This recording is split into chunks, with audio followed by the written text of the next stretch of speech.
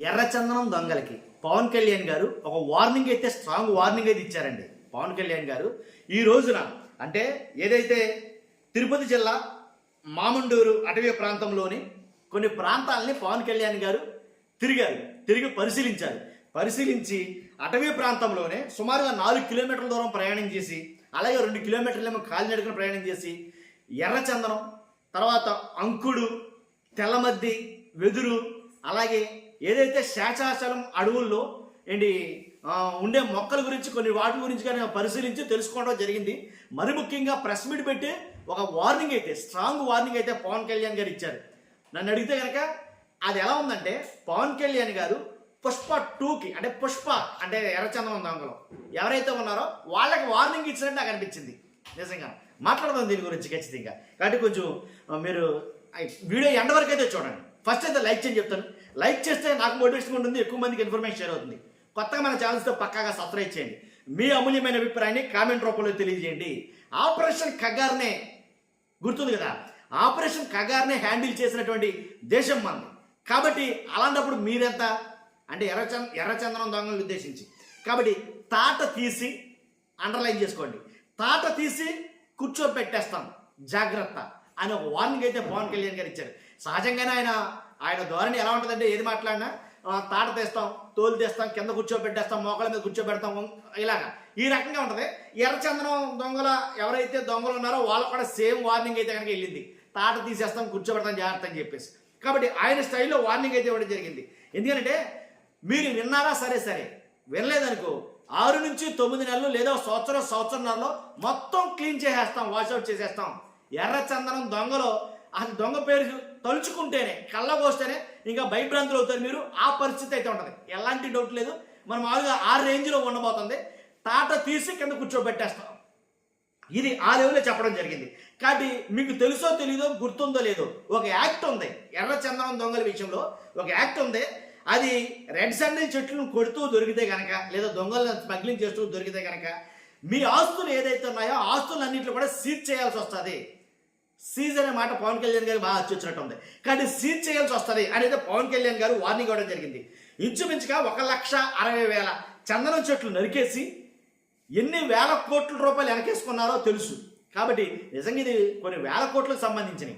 అంటే ప్రభుత్వాలు ఏ వచ్చినా కానీ పార్టీలు ఏ వచ్చినా కానీ కాబట్టి ఈ ఎర్రచందనం స్మగ్లింగ్ అనేది అరికట్టడంలో నన్ను అడిగితే కనుక మొహమాట లేకుండా చెప్పాల్సి వస్తే ఫెయిల్ అయ్యారని చెప్పాలి. ఏ పార్టీ కానీ ఏ ప్రభుత్వం కానీ కొద్ది గొప్ప కొన్ని ప్రభుత్వాలు మినహా. తర్వాత శేషాచలం అడవులను కాపాడుకోవాల్సిన బాధ్యత మనదే, మరి ముఖ్యంగా భక్తులైనటువంటి వారిదే. ఎందుకంటే 14 నుంచి 19 వరకు పవన్ కళ్యాణ్ గారు అన్న మాట్లాడి 2014 నుంచి 2019 వరకు ఒక విధానంగా ఉంది, పర్వాలేదు అన్నట్టుగా. ఆ మాటకు అర్థం 2014 సంవత్సరం నుంచి 2019 సంవత్సరం వరకు బాగానే ఉంది, కానీ 2019 నుంచి 2024 వరకు విపరీతంగా స్మగ్లింగ్ జరిగింది అనేది చెప్పాడు ఆయన. అర్థమైందిగా, వెలిగింది కదా. 2019 నుంచి 2024 వరకు అంటే ఎవరి హయాం అది? జగన్మోహన్ రెడ్డి గారి హయాం.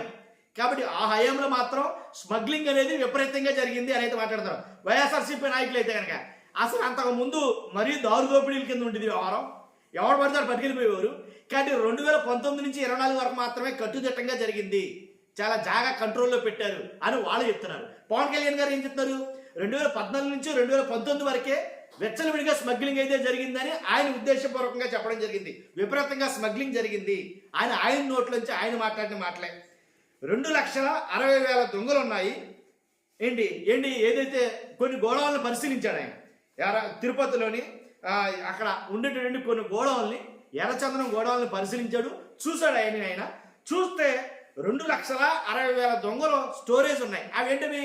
స్మగ్లింగ్ చేస్తూ పట్టుబడితో దొరికినటువంటి దొంగల్ని ఒక చోట పెడితే 2,60,000 దొంగలు ఉన్నాయి. అంటే 2,60,000 దొంగలని అంటే ఎన్ని చెట్లు ఉంటాయంటే 1,30,000 చెట్లు నరికేస్తే 1,30,000 చెట్లు నరికితే ఈ 2,60,000 దొంగలు అనేది చెప్పాడు. కాబట్టి ఎన్ని చెట్లు నరికేస్తారో దొరికినాయే స్మగ్లింగ్ చేస్తూ పట్టుబడ్డాయే 2,60,000 దొంగలు ఉంటే పట్టుబడకుండా పక్క రాష్ట్రాలకు వెళ్ళిపోతున్న దొంగలు అయితే కనుక లెక్కే లేదు. అర్థమైందిగా.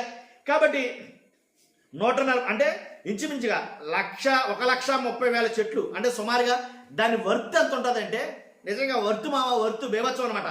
2000 కోట్ల నుంచి 5000 కోట్ల రూపాయల దాకా ఉంటుందంట. అందుకే దాన్ని ఎర్రచందనం అంటారంటే. పుష్ప 2 చూసిన వాళ్ళకైతే మ్యాక్సిమం బాగా అర్థమవుతుంది దీని గురించి. ఎందుకంటే ఆ ఎర్రచందనం ఏదైతే రెడ్ శాండిల్ ఉందో నిజంగా దాని విలువ కట్టడం ఎవడవాళ్ళు కాదంట. పైగా పైపెచ్చు శేషాచలం అడవుల్లో దొరికే రెడ్ శాండిల్ నా భూతో నా భవిష్యత్తుగా వర్ణాత్యత్వం అంటది. కాబట్టి అలాంటి దాన్ని స్మగ్లింగ్ చేసేస్తున్నారు ఎప్పుడు చూసినా సరే. అంటే పార్టీ ఏదైనా ప్రభుత్వం ఏదైనా కానీ. కాబట్టి ఇంచుమించుగా ఇప్పుడు ఒకసారి కర్ణాటక ఈయన వెళ్తే కుంకి ఏనుగుల కోసం అనుకుంటా ఈయన వెళ్తే పవన్ కళ్యాణ్ గారు కర్ణాటక రాష్ట్ర ప్రభుత్వం వాళ్ళు థ్యాంక్స్ చెప్పారంట పవన్ కళ్యాణ్ గారికి. ఏ విషయంలో అని అడిగితే కనుక ఇప్పుడు మీ వల్ల మాకు ఒక 140 కోట్లు ఆదాయం కలిసి వచ్చింది అని ఏంటి అని అంటే కనుక మీ శేషాచలం అడవుల్లో